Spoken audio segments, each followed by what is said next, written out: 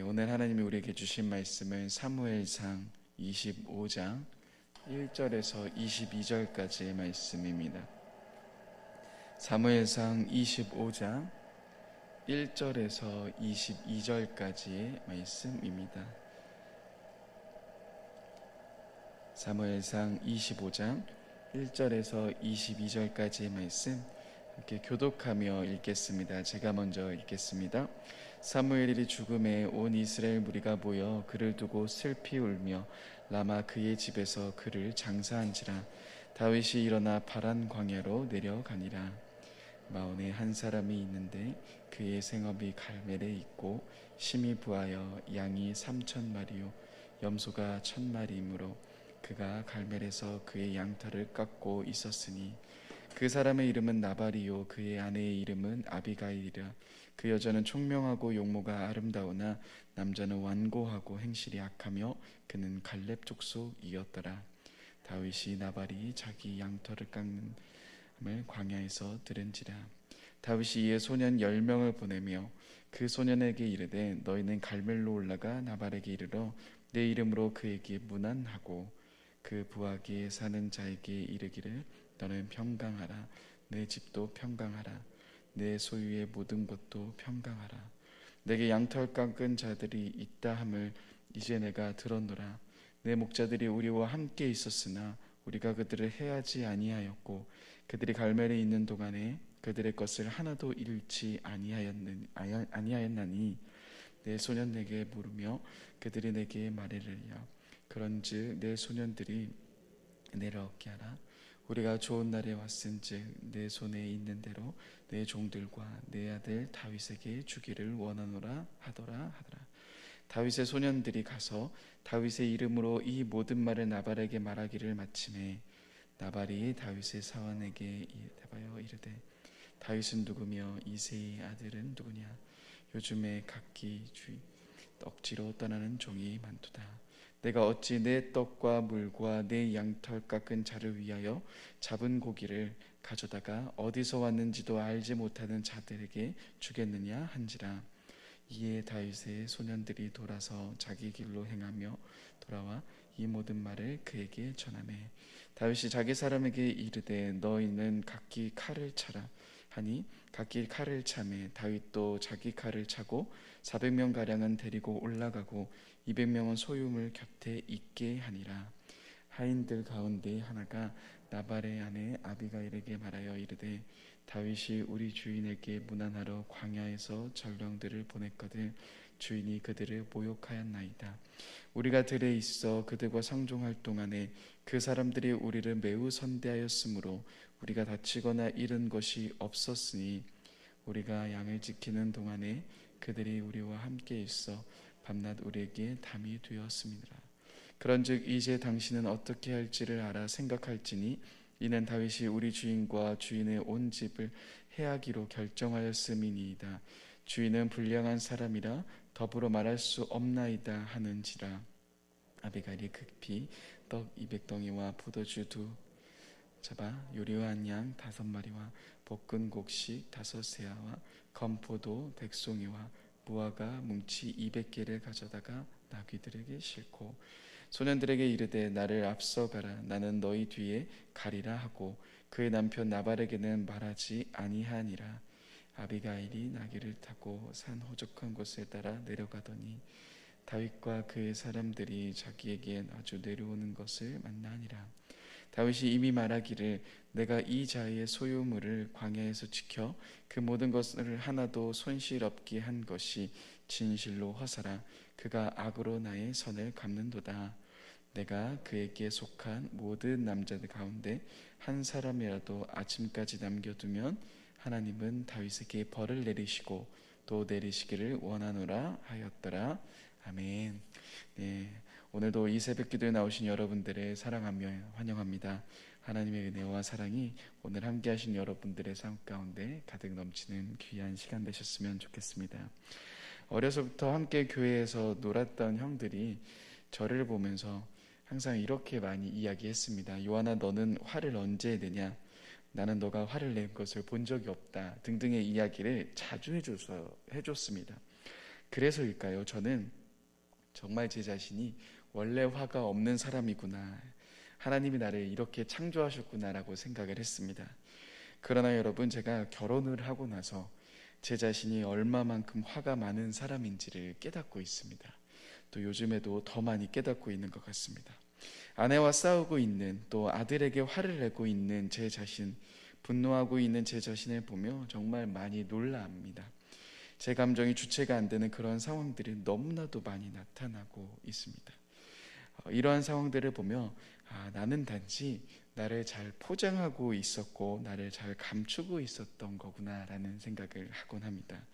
학교 다닐 때 정말 착한 친구가 있었습니다. 조용하고 키도 크고 또 얼굴에도 착하다라고 써있는 친구였습니다. 항상 이 친구를 보며 정말 배려심도 많고 착하다라는 생각을 가지고 있었는데요, 어느 날 이 친구가 축구를 하는 모습을 보면서 이전에 제가 알고 있었던 그 친구와는 전혀 다른, 말 한 마리가 뛰어다니는 것처럼 거칠고 과격하고 승부욕으로 화를 내고 있는 그 모습을 보며 굉장히 놀랐던 일이 있습니다. 여러분, 이렇게 때론 반대되는 모습을 보면 어색하기도 합니다. 우리가 지금 다윗에 대한 이야기를 쭉 보고 있습니다. 여러분, 지금까지 다윗의 모습을 보시면서 어떤 마음이 드셨습니까? 자신을 죽이려고 쫓아다니는 사울을 죽이지 않고 살려주는 모습, 그 일날을 구출할 때 역시 굉장히 침착하게 또 하나님께 여쭤보며 분별력 있는 그의 모습, 어찌 보면 부모와 형제들에게 인정받지 못했던 그가 자신에게 다시금 요청하는 부모와 형제들을 나무라지 않고 떠나보내지 않고 품고 가는 그의 모습을 보면서 다윗의 아름답고 멋진 모습들을 우리는 발견하게 됩니다. 그런데 여러분, 오늘 말씀에서 다윗의 모습은 약간 이상합니다. 1절 말씀에서 보시면 사무엘이 죽었다라는 내용으로 오늘 본문이 시작됩니다. 어쩌면 다윗에게 사무엘은 정신적인 멘토와 같은 역할을 했을 겁니다. 그런데 그가 죽었다라는 소식은 굉장한 상실감으로 다가왔을 수 있습니다. 이런 소식 이후에 다윗은 오늘 말씀에서 바란 광야로 내려갑니다. 그리고 이어서 나오는 이야기는 다윗이 아닌 또 다른 사람들의 등장으로 이야기가 시작됩니다. 한번 2절 말씀인데요, 2절 말씀을 같이 한번 읽어보겠습니다. 2절입니다. 시작. 마온에 한 사람이 있는데 그의 생업이 갈멜에 있고 심히 부하여 양이 3,000마리요 염소가 1,000마리이므로 그가 갈멜에서 그의 양털을 깎고 있었으니. 마온이라는 지역의 한 사람을 소개합니다. 그의 생업이 갈멜에 있으며 그를 표현할 때 심히 부하고 또 양이 3,000마리, 염소가 1,000마리 정도를 가지고 있는 굉장히 부유한 사람이라 소개합니다. 3절 말씀에서 보시면은 그가 갈렙 족속이다라고까지 이야기를 하고 있죠. 그의 이름은 나발입니다. 그리고 그의 아내 이름은 아비가일입니다. 이어서 나오는 이야기는 바로 나발이 갈멜에서 양털 깎고 있을 때 일어난 일입니다. 여러분, 이 당시 문화에서 양털을 깎고 있다라는 것은 일종의 축제와도 같은 성격을 가졌다고 합니다. 잔치를 벌이고 또 특별히 가난한 자를 도와주는 식의 축제를 양털을 깎으면서 함께 진행했다고 합니다. 이런 상황을 듣고 다윗은 나발에게 10명의 사람을 보내죠.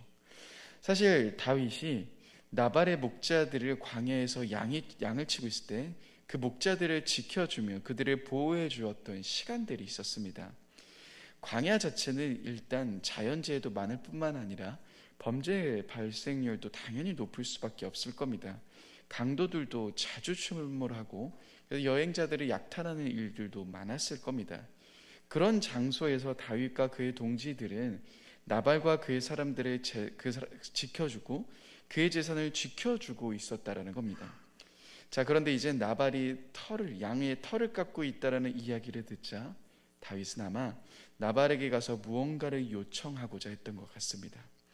그동안 사실 자신이 지켜주지 않았다면 나발의 수많은 재산에 피해가 있었을 텐데 그런 위기 속에서 자신들이 지켜주었기 때문에 당연히 어느 정도 그 잔치 속에서 자신들에게 베풀어 줄 것이 있을 거라는 기대감이 있었던 것 같습니다.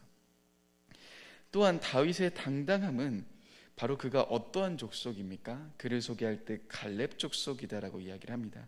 같은 친족이기 때문에 다윗은 나발에 대한 기대감이 있을 수밖에 없었을 겁니다. 여러분, 우리가 외국에 나가서도 대한민국 사람들을 만나면 반갑습니다. 또는 밖에서 고등학교 선후배만 만나도 반갑습니다. 어렵고 힘든 상황 속에서 처했던 다윗은 자신과 같은 친족이 잔치를 벌이고 있었다라는 소식을 들었을 때 기대감이 있을 수밖에 없었을 겁니다. 그동안 사울에서 도망치면서 또한 그의 체면이 말이 아니었죠. 다윗은 자신을 따르는 사람들에게 내가 어떤 사람인지 보여줄 수 있는 기회처럼 여길 수도 있었을 겁니다. 그래서일까요? 다윗은 오늘 10명의 사람들을 보냅니다. 그리고 특별히 다윗의 이름으로 당신에게 찾아왔다라고 이야기하라고 말합니다.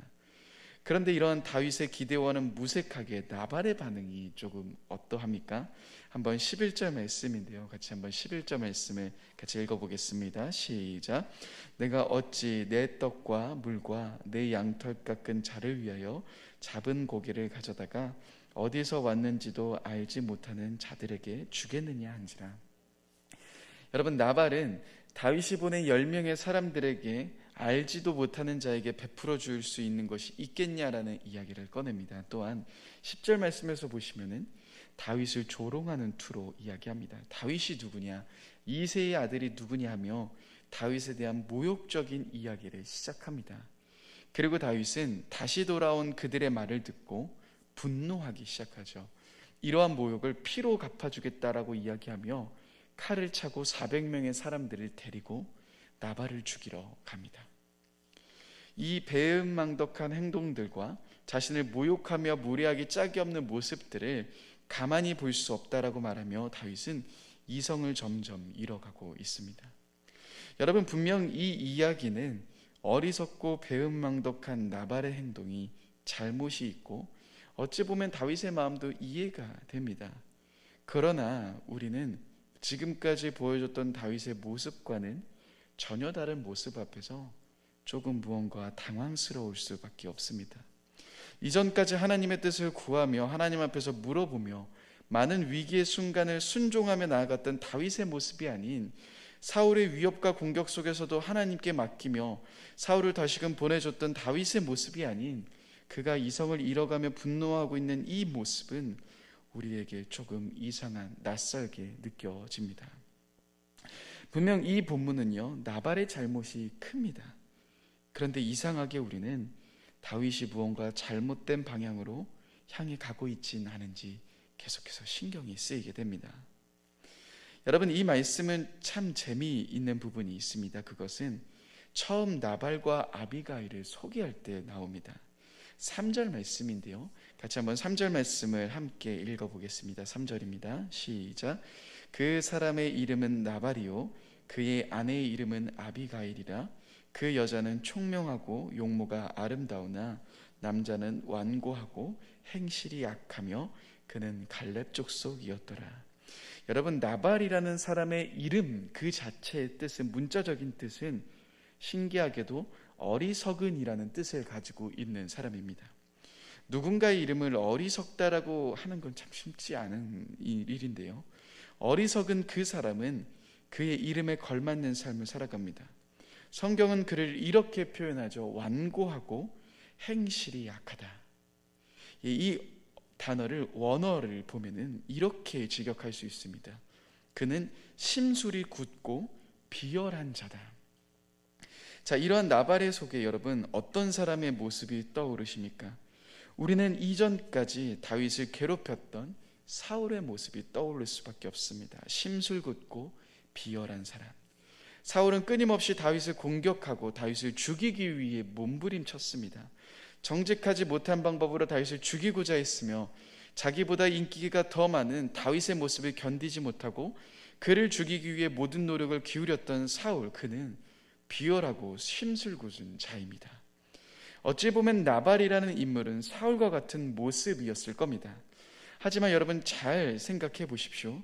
사울이라는 사람이 더 위협적입니까? 아니면 나발이라는 사람이 더 위협적입니까? 당연히 사울이죠.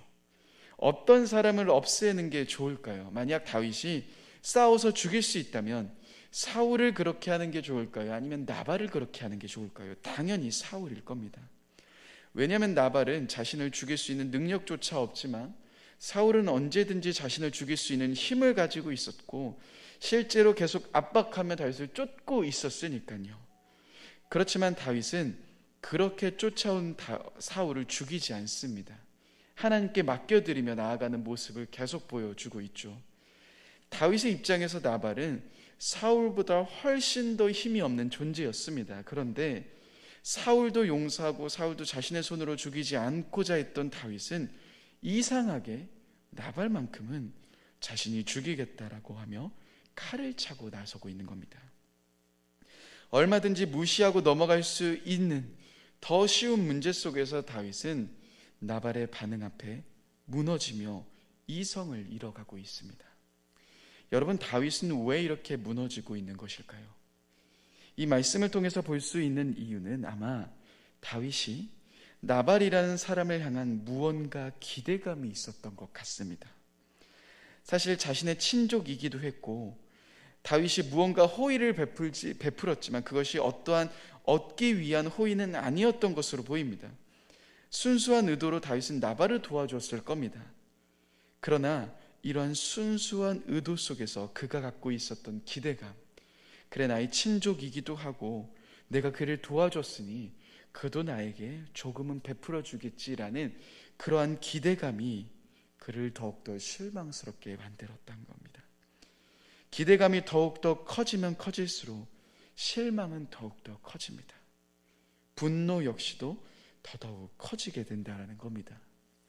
여러분, 제 삶도 가만히 보니까요, 왜 내가 아내와 그렇게 많이 싸웠을까? 왜 우리 아들과 그렇게 많이 다퉜을까?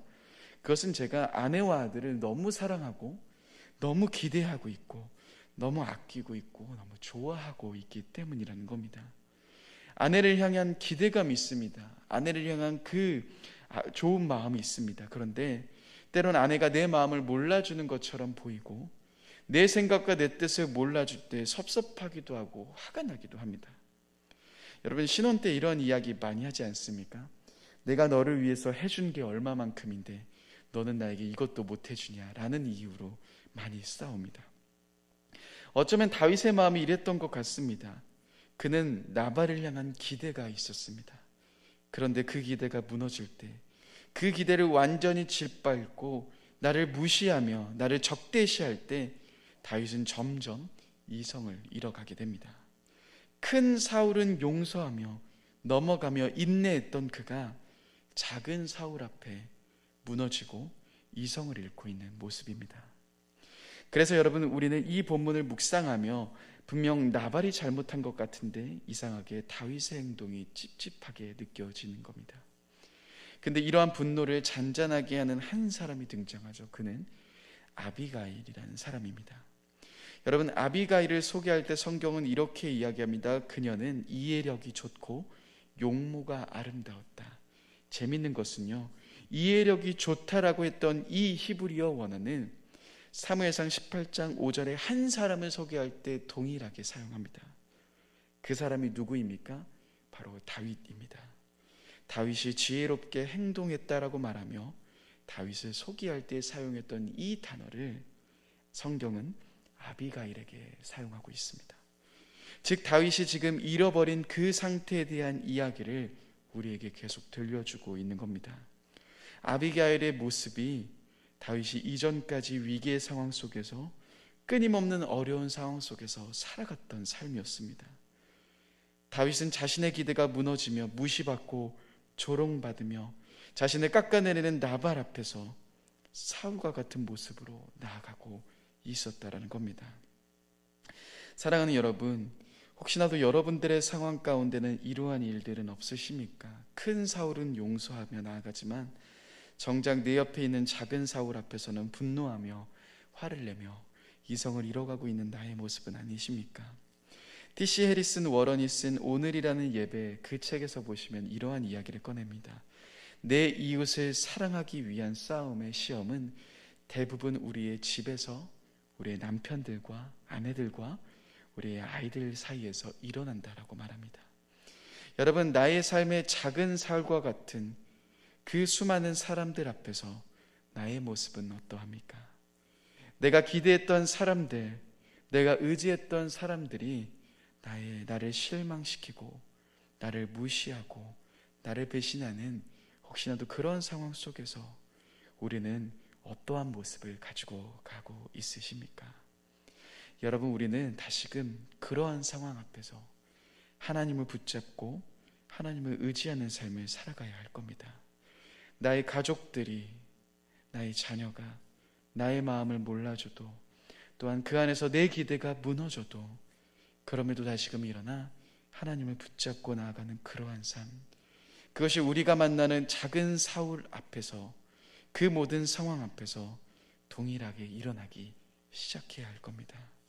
사랑하는 성도님들, 우리 주님 한 분 붙잡고 삶을 살아가십시다. 우리가 오직 의지할 분은 주님밖에 없습니다.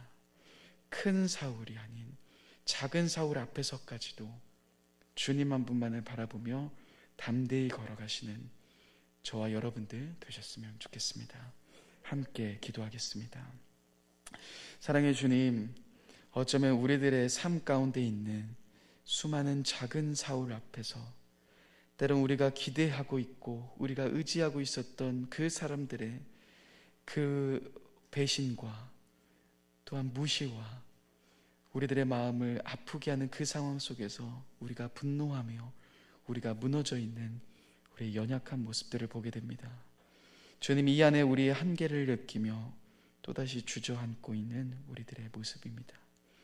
부족하고 연약한 우리, 주님, 우리를 붙잡아 주옵소서. 다시 한번 우리가 수많은 사람들을 의지하고 나의 가까운 사람들을 의지하고 나아가는 것이 아닌 주님 한 분만을 바라보며 주님 한 분만을 의지하며 걸어가는 우리가 될 수 있도록 주님 인도하여 주옵소서. 주님 한 분만을 바라봅니다. 주님 한 분만을 사랑합니다. 감사합니다. 사랑합니다. 귀하신 예수님의 이름으로 기도드립니다. 아멘.